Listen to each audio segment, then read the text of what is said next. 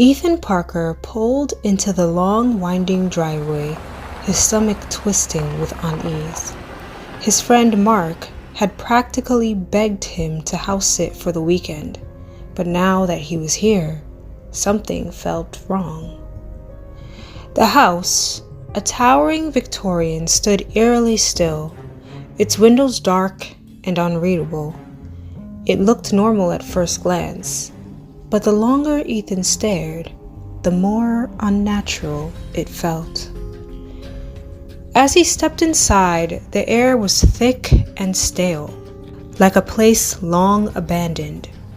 The decor was luxurious, velvet furniture, an elaborate fireplace, towering bookshelves, but there was something missing.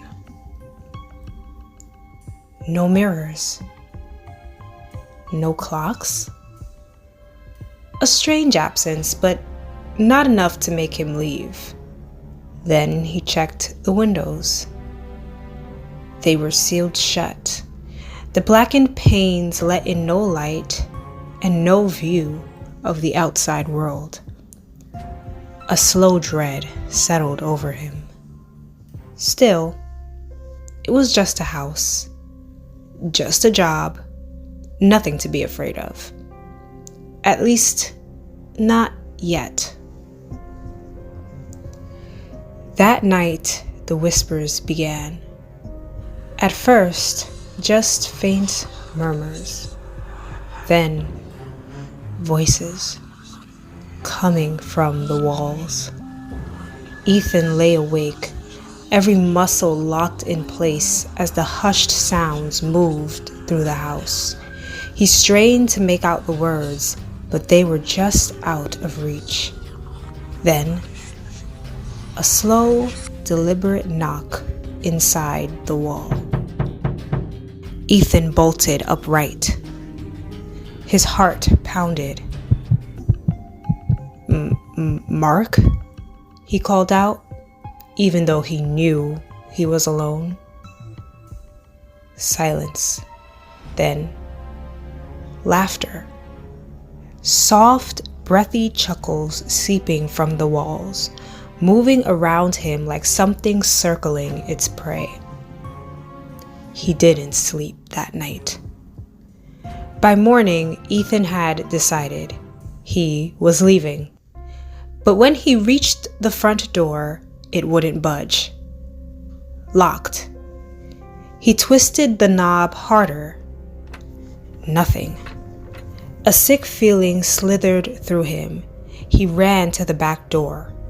Also locked. Every window sealed. Panic surged as he grabbed a chair and hurled it at the glass. The chair bounced back. No crack, no sound. Like the window wasn't glass at all. Ethan stumbled backward, his breathing ragged. The house wasn't just locked. It was keeping him there. The whispers grew louder, more desperate. You shouldn't be here. Stay. Run. Then, movement. The walls bulged, not randomly, deliberately. Shapes pressing outward, shifting beneath the wallpaper, pushing to get through.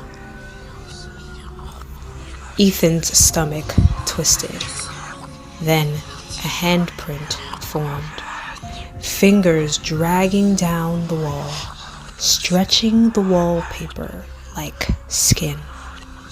Ethan backed away slowly, his pulse hammering in his throat.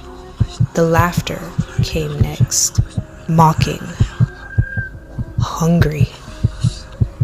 Then the voice, "You belong to me now." Ethan lost track of time. No clocks, no windows, no way to tell if it was day or night. The house fed on him. His mind blurred, his body weakened. The walls moved on their own now. They shifted when he wasn't looking. Doorways disappeared. Hallways changed. The house was alive. It had swallowed others before. He could feel them, trapped within the walls, their voices tangled in the wood. And now it was digesting him. Then, one night, a door creaked open. The basement. It had been locked before. Now it wasn't. A trap has to be a trap. But what choice did he have? Ethan crept down the steps. The air thickened the deeper he went. At the bottom, the walls were different. Not wood, not stone. Flesh. The house wasn't just trapping people. It was made of them. Faces pressed beneath the surface, mouths open in silent screams. The whispers turned to pleading. Run! Leave while you can! Ethan staggered back, his stomach twisting. Finally, he saw Mark. Mark's face, half formed, melting into the wall like wet clay, stared at him. Mouth opening and closing, trying to speak. His hand reached out, fingers barely separating from the wall before sinking back in. A single word escaped. Run! Ethan's breath caught in his throat. Mark had never left. He had never been on a business trip. The house had taken him, absorbed him, and now it was trying to do the same to Ethan. The walls shuddered. Then the house screamed. The entire basement shook, the walls collapsing inward as if the whole structure was closing its jaws. Ethan ran. He flew up the stairs. The hallway twisted, lengthening. The front door closed. A trap and a whisper.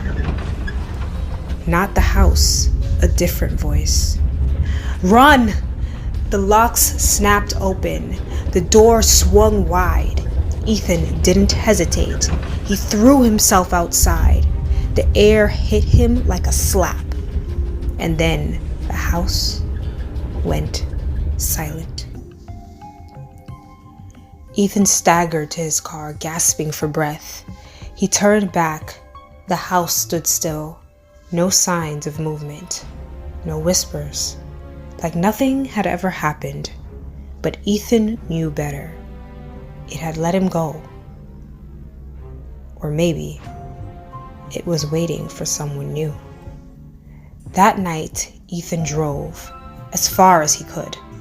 And when he finally reached a town, shaking and exhausted, he found a payphone and dialed Mark's number. Disconnected. The house gone. No record of it. No foundation. Like it had never existed. But Ethan knew the truth. Mark was still there. Still trapped. Still watching. And somewhere in the dark, the house whispered. It was waiting. And it was still hungry.